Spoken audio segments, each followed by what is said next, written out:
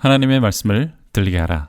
출애굽기 26장에서 27장 강해 성막은 예수님의 예표이다. 출애굽기 26장에는 성막을 어떻게 건축해야 하는지 그 이야기가 나타납니다. 성막 자체는 나무판에 부착된 휘장, 즉 카페트 같은 천으로 만들어져 있습니다. 성막은 각각 세 가지의 별개의 구조물로 구성이 되어 있습니다. 성막 울타리 안으로 들어가면 번제단이 보이고 그 뒤에 두 번째 구조물이 나타나는데 여기에 성소와 지성소가 있는 그러한 장막이 있습니다. 이 전체를 성막이라고 부릅니다. 이 성막 안에 여기 성소로 되어 있는 텐트 안으로 들어가면 그 끝에 커튼으로 막아놓은 지성소라 부르는 곳이 나타납니다. 이번 시간에는 이 성막을 구성하는 것들을 살펴볼 것입니다. 저도 무엇을 설명하는 것인지 한 번에 눈에 들어오지 않았는데 이 영상 원고도 여러 번 고쳤습니다.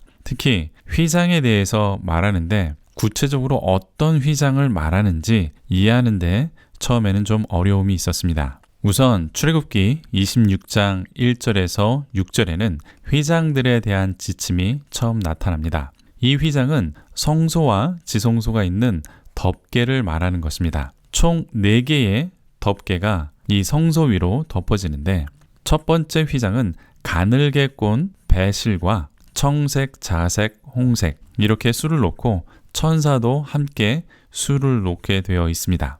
이 휘장은 성막을 덮는 첫 번째 천이 됩니다. 3절에 보면 휘장은 5폭을 연결해서 한쪽 큰 폭이 만들어지게 되고 또 5폭을 고리로 연결해서 큰 하나의 천막이 되는 것이죠.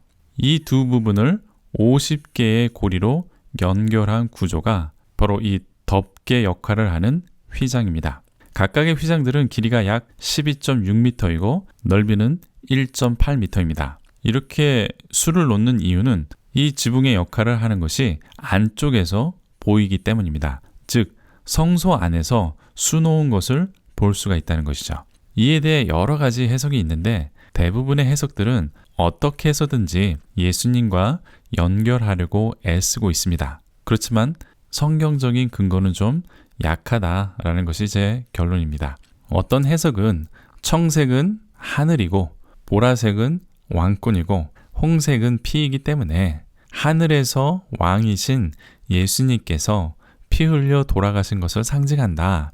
이렇게 해석하기도 하는데 이는 큰 무리가 있습니다. 언뜻 보기 아주 좋은 해석 같지만 마치 수수께끼를 하듯 끼워 맞추는 느낌이 강하죠. 성경은 이런 의도로 말씀한 것이 아니기 때문에 굳이 이렇게 해석하는 것은 좋은 해석 방법이 아닙니다. 그래서 이러한 해석 방법은 피하여야 합니다. 계속해서 26장 7절에서 14절에는 성막을 덮는 두 번째 휘장에 대한 규정이 나타납니다. 다 휘장이라고 불러서 혼돈이 될 수 있습니다.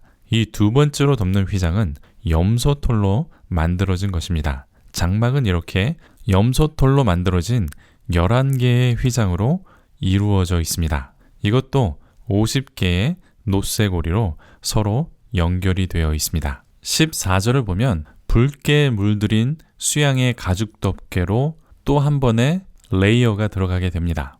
이것이 세 번째 휘장인데 이 휘장은 붉게 물들인 숫양의 가죽으로 덮개를 만들었습니다. 그리고 네 번째 휘장은 해달의 가죽으로 그 위에 또 덮어 쓰는 것이죠. 해달이라고 번역한 이 가죽은 오소리의 가죽이라고 번역되기도 하고 심지어는 돌고래 가죽이다라는 영어 번역도 있는데 이거는 아닌 것 같습니다. 이 모든 덮개가 예수님이라고 해석하는 경우가 많이 있습니다. 그렇지만 그것도 성경적인 근거는 없고 해석만 있기 때문에 너무 억지로 예수님과 연결하는 것은 좋지 않습니다. 이렇게 억지로 해석하면 예수님과 연결되니까 좋다고 생각할 수 있지만 이러한 방식은 오역을 만들고 이단들이 자주 사용하는 방법이기 때문에 악용될 소지가 많습니다. 때문에 억지로 예수님을 다 갖다 붙이지 마시고 그대로 읽어도 아무런 문제가 되지 않습니다. 성경은 성막의 기능과 예수님을 연결하고 있지 구조물 모두가 예수님을 상징하고 있다 이런 말을 하지 않기 때문입니다. 다시 본문으로 돌아와서 26장 15절에서 25절에는 널판이 나옵니다. 이 널판은 성소의 벽이 됩니다. 이 널판의 재료도 조각목, 즉 아카시아 나무로 만들었습니다. 판자들을 만든 길이가 약 4.5m 되는데 이것들을 조합을 해서 남쪽에 20개, 북쪽에 20개, 서쪽에 8개 이렇게 만들어 놓고 입구는 천으로 만들어질 것입니다.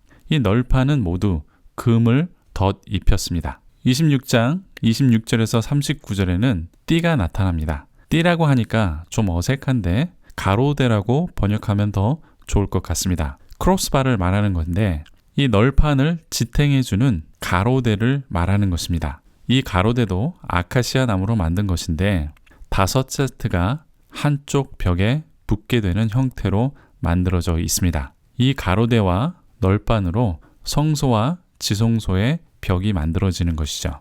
26장 31절에서 35절에 보면 휘장이 또 나타납니다. 이 휘장은 성소와 지성소를 구분해주는 역할을 하는 휘장입니다. 이 휘장은 4개의 아카시아 나무로 만든 기둥에 걸려 있습니다. 이 휘장의 가장 큰 특징은 그룹들의 형상, 즉 천사의 형상이 수놓아져 있다는 것입니다. 이는 에덴 동산에서 생명나무 열매를 지키는 그룹의 모습을 보여주고 있습니다.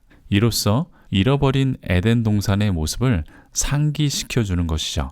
이 에덴 동산에서 하나님과 함께 교제하고 나아갈 수 있었던 그 모습을 말씀해주고 있는 것입니다. 히브리서 10장 20절에는 그 길은 우리를 위하여 휘장 가운데로 열어놓으신 새로운 살 길이요 휘장은 곧 그의 육체니라 이렇게 되어 있습니다. 즉 예수님께서 당신의 육체를 찢으셔서 하나님께 나아갈 수 있는 길을 만들어 주셨다라는 것을 말씀하는 것이죠. 예수님께서 십자가 위에서 숨을 거두실 때에 휘장이 위에서 아래로 찢겨졌습니다. 이 의미를 히브리서에서 말씀하고 있는 것이죠. 예수님께서 숨을 거두실 때에 휘장이 찢겨졌다라는 기록은 마태복음 27장 50절에서 51절, 마가복음 15장 37절에서 38절, 누가복음 23장 45절에서 46절에 기록이 되어 있습니다. 다시 출애굽기 26장 36절에서 37절에는 장막 입구에 대하여 말씀하고 있습니다. 이 휘장은 5개의 아카시아 나무 기둥으로 되어 있고 놋받침 위에 세워져 있습니다. 참고로 지성소의 휘장은 은받침으로 되어 있고 4개의 기둥에 세워져 있고 성소 입구의 휘장은 5개의 놋받침 위에 세워진 기둥 위에 걸려 있는 것입니다. 이제 출애굽기 27장으로 넘어가게 됩니다. 1절에서 8절에 보면 번제단에 대한 지침이 기록이 되어 있습니다. 이 번제단은 입구에서 들어가면 보이는 구조물입니다. 가로 세로 길이가 2.25m 정도 되고 높이는 1.35m 정도 됩니다. 이 번제단도 아카시아 나무로 만들어져 있고 그 위에 놋을 덮어 씌웠습니다. 네 모퉁이 끝에는 솟아오른 모양으로 뿔이라고 부르는 구조물이 있습니다. 제단에서 사용되는 기구도 놋으로 제작이 되어 있습니다. 여기에는 놋으로 된 통이 더해져 있는데 재를 담기 위한 기구입니다. 이 제단 자체의 속은 비어있는 구조물이죠. 출애굽기 27장 9절에서 19절에는 성막들에 대한 이야기가 나타납니다. 뜰은 동쪽이 출입구가 되고 길이는 45m 정도 됩니다. 그리고 폭도 22.5m 정도 됩니다. 그리고 휘장의 높이는 즉 이 담의 높이가 2.25m가 됩니다. 제가 창세기 강의 때도 짧은 영상에서도 다룬 적이 있는데 성막이나 성전의 입구가 동쪽으로 향한 이유를 이미 말씀드렸습니다. 창세기에서 사람은 범죄한 후에 동쪽으로 갑니다. 아담도 에덴 동산에서 쫓겨나서 동쪽으로 갔습니다. 첫 번째 살인자 가인도 동쪽으로 가죠. 그리고 사람들이 바벨탑을 쌓을 때도 동쪽으로 가다가 바벨탑을 쌓게 됩니다. 그런데 하나님께서는 동쪽 땅에서 아브라함을 부르시죠. 그리고 동쪽에서 서쪽에 있는 약속의 땅으로 가라고 명령하십니다. 다시 말하면 동쪽으로 떠난 죄인들을 부르셔서 죄인들이 하나님께 돌아오라고 동쪽에 문을 만들어 놓은 것입니다. 이것이 바로 하나님의 은혜입니다. 끝으로 27장 20절에서 21절에는 등대를 위한 기름에 대한 규정이 있습니다. 등불이 꺼지지 않게 제사장은 계속해서 기름을 공급해야 합니다. 그런데 그 기름은 압착해서 짜낸 올리브 기름을 써야만 했습니다. 이것은 예수님을 상징하는 것이다. 저는 이렇게 해석을 하는데 제 개인적인 해석이고 다른 주석이나 학자들의 주장이 아니기 때문에 여러분들께서 동의하지 않으셔도 됩니다. 압착해서 짜낸 올리브 기름은 예수님과 연관이 있습니다. 예수님께서 겟셋마네 동산에서 땀이 피가 되도록 기도하셨습니다. 온 인류를 구원하시기 위하여 십자가에 달려 돌아가시기 전 밤새도록 이렇게 기도하셨죠. 여기에 겟셋마네라는 이름은 기름틀이라는 뜻입니다. 즉 올리브 기름을 짜는 틀인데 이곳에서 예수님은 온 몸이 부서지면서 죄로 어두워진 온 세상을 밝히실 그 기름을 짜냈다는 것입니다. 세상의 빛으로 오신 예수님께서 성령의 충만함으로 이 세상을 밝히시는 모습이 이렇게 성막의 등대와 빛을 통해서 예비된 것이다. 이렇게 저는 해석을 합니다. 어떻게 보면 저도 억지로 짜 맞추는 것 같이 보일 수도 있습니다. 그렇지만 성경적인 근거와 일관성이 있습니다. 때문에 여러분께서 제 해석을 받아들이셔도 좋고 동의하지 않으셔도 좋습니다. 이제 정리해 보겠습니다. 출애굽기 26장에는 휘장에 대한 이야기부터 시작이 됩니다. 고운 실을 꼬아서 만든 휘장이 첫 번째로 성막을 덮습니다. 이 휘장은 천사가 수놓아져 있고 파란색, 보라색, 붉은색으로 되어 있습니다. 그리고 두 번째 휘장은 염소털로 짠 휘장이 첫 번째 휘장 위를 덮고 있게 됩니다. 이는 흰색이고 또 세 번째 휘장은 숫양의 가죽으로 붉게 물들여서 그 위를 또 덮게 되어 있습니다. 그리고 네 번째는 해달 가죽으로 만든 휘장이 최종적으로 덮어지게 됩니다. 성막은 예수님을 상징하는 것이 맞습니다. 히브리서 9장에는 성막의 역할과 어떻게 예수님께서 이 성막의 역할을 이루셨는지 말씀하고 있습니다. 성막은 하나님께서 임하시는 곳이고 그곳에 사람이 나갈 수 있도록 피의 제사를 드리는 곳이었습니다. 그런데 예수님께서 친히 사람의 죄를 담당하시려고 단번에 드려졌다. 이렇게 히브리서는 말씀하고 있습니다. 그런데 성막의 모든 것이 예수님과 연결되냐? 이것은 좀 무리가 있죠. 어떤 것은 성경적 근거가 있지만 성경적 근거 없이 추측하는 경우가 많이 있습니다. 굳이 성막에 관련된 모든 것을 다 예수님과 연결하려 하지 않아도 됩니다. 성경은 성막 전체의 기능과 역할을 통해서 예수님의 구원의 사역을 말씀하려고 하고 있습니다. 그렇지만 모든 기물들이 예수님을 상징한다라고 말하지는 않죠. 그러니 무리한 해석을 할 필요는 없다. 저는 이렇게 말씀드리는 것입니다. 계속해서 출애굽기 26장 중반과 하반에는 성소와 지성소의 외벽을 이루는 널판에 대한 규정이 나타납니다. 그리고 이를 지탱해주는 띠가 나오는데 이 띠는 가로대라고 번역하고 싶고 크로스바라는 말이 지금에서는 익숙합니다. 총 5개의 가로대로 이 널판을 지탱하고 있습니다.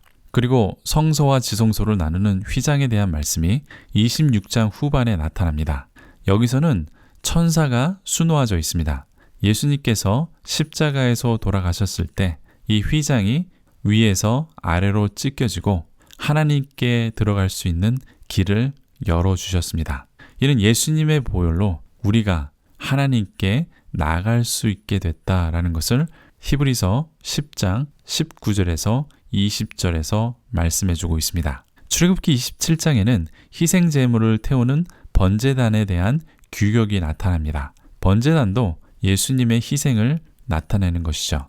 또 성막의 뜰에 대한 규격도 나타납니다. 그리고 등대를 위한 기름을 준비하라고 말씀합니다. 저는 이 등대의 기름과 예수님의 연관성을 겟셋만의 동산에서의 모습으로 해석하고 있습니다. 도움이 되셨습니까? 질문이나 의견이 있으시면 댓글을 달아주십시오. 영상과 관련이 없는 질문도 괜찮습니다. 구독과 좋아요를 눌러주시면 제게 큰 격려가 됩니다. 또 알람까지 설정해 주시면 계속해서 제 성경 강해를 들으실 수 있습니다. 감사합니다.